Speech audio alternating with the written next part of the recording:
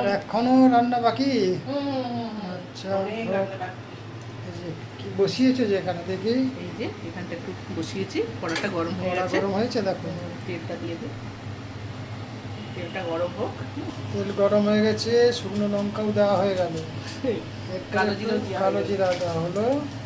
এবার পেঁয়াজ দেবো, পেঁয়াজ দেওয়া হলো হালকা, কম করেই দিলাম।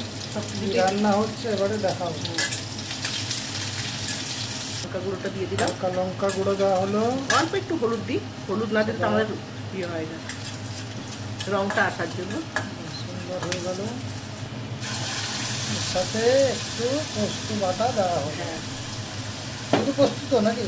পোস্ত আছে, তিল আছে, আর হচ্ছে কি যেন কি আছে, সাদা তেল, সাদা তিল, আর একটু বাদাম দেওয়া আছে।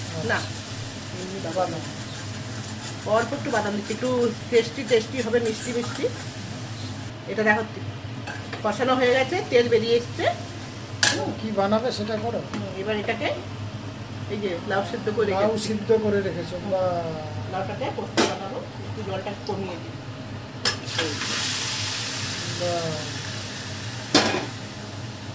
এটা নাড়বো ভালো করে। উচ্ছে আলু সেদ্ধ করেছিলাম, সেটা লঙ্কা আর পেঁয়াজ দিয়ে ভেজেছি। আর এখানে কুঁদরি ভাজা পোস্ত দিয়ে।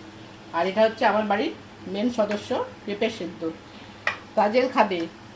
আর এখানে দেখো কি বানিয়েছি, এটা হচ্ছে চিংড়ি মাছের পটল দিয়ে কোরমা।